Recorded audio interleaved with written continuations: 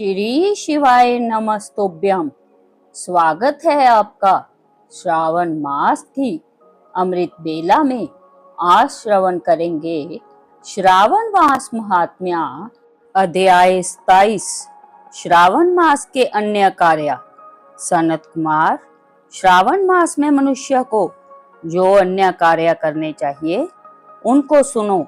भगवान शंकर ने कहा, करक की संक्रांति से सिंह की संक्रांति तक सब नदियां रजस्वला हो जाती हैं, इसलिए उस समय नदियों में स्नान करना निषिद्ध है। समुद्र में गिरने वाली नदियों में स्नान कर सकते हैं, इसमें कोई दोष नहीं लगा। कुछ महर्षियों का कहना है कि कर्क संक्रांति से दक्षिण दिशा में स्थित भगवान अगस्त्य के उदय काल तक नदियां रजस्वला रहती हैं। ग्रीष्म ऋतु में भूमि पर जो नदियां सूख जाती हैं वे भी रजस्वला रहती हैं। अपने आप जिन नदियों की गति 32 हाथ ना हो, उन नदियों में वर्षा ऋतु में 10 दिन तक स्नान नहीं करना चाहिए। उन नदियों को नदी न कहकर गर्त शब्द से पुकारें। कर्क संक्रांति के आरंभ में महानदियां रजस्वला होती हैं।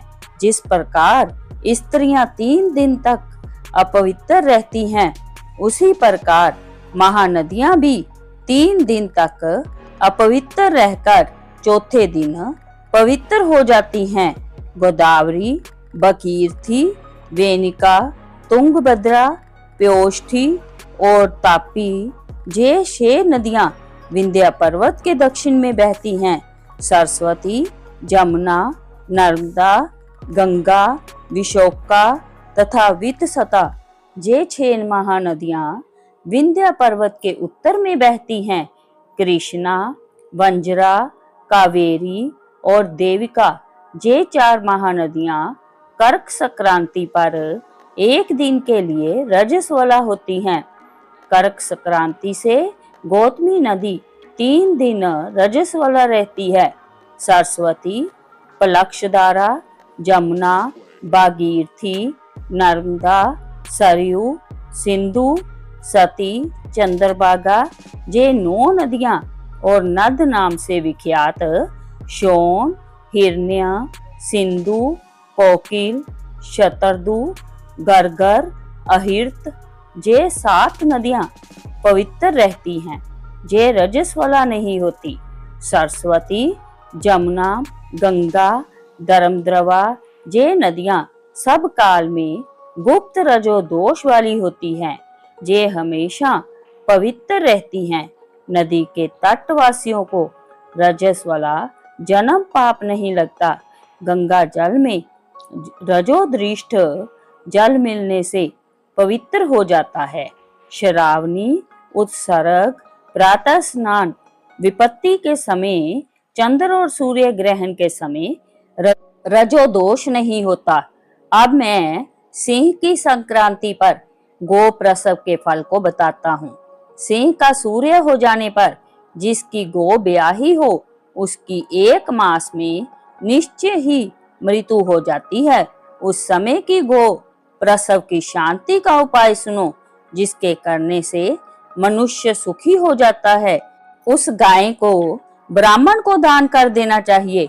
पीली सरसों तथा शुद्ध गऊ के घी द्वारा होम कराना चाहिए। श्री सूक्त या शांति सूक्त द्वारा स्नान करना चाहिए।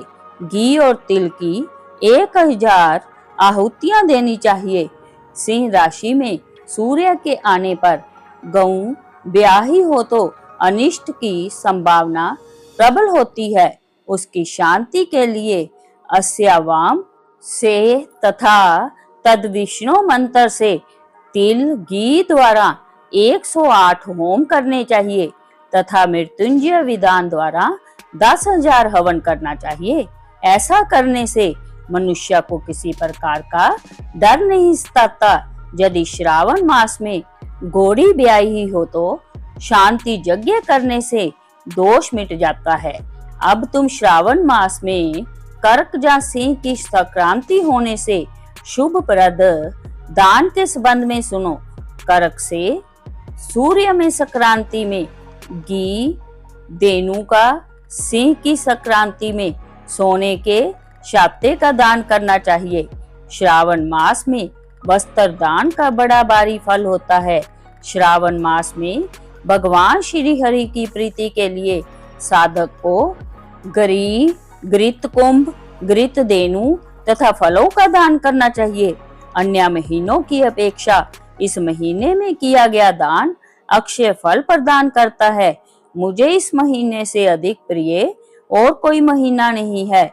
जो इस महीने में व्रत करता है वह मेरी कृपा का पात्र हो जाता है। ब्राह्मणों का राजा चंद्रमा और प्रत्यक्ष देवता सूर्य है। ये दोनों मेरे नेत्र हैं, अतः उसकी संक्रांति संज्ञा करक तथा सिंह संज्ञा हुई।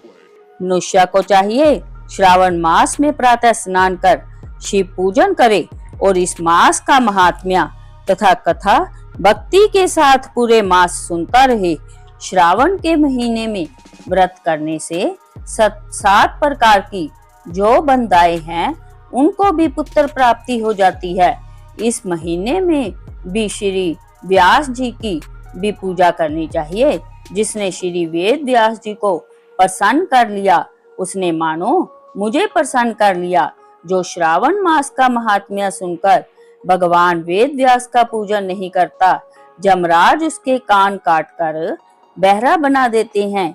इसलिए इस माह में श्री वेद व्यास जी की पूजा अवश्य करनी चाहिए।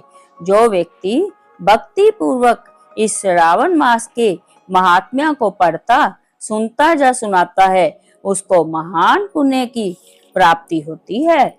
इस तरह स्कांद पुराण के अंतर्गत ईश्वर सनत कुमार संवाद में 27वां अध्याय समाप्त हुआ।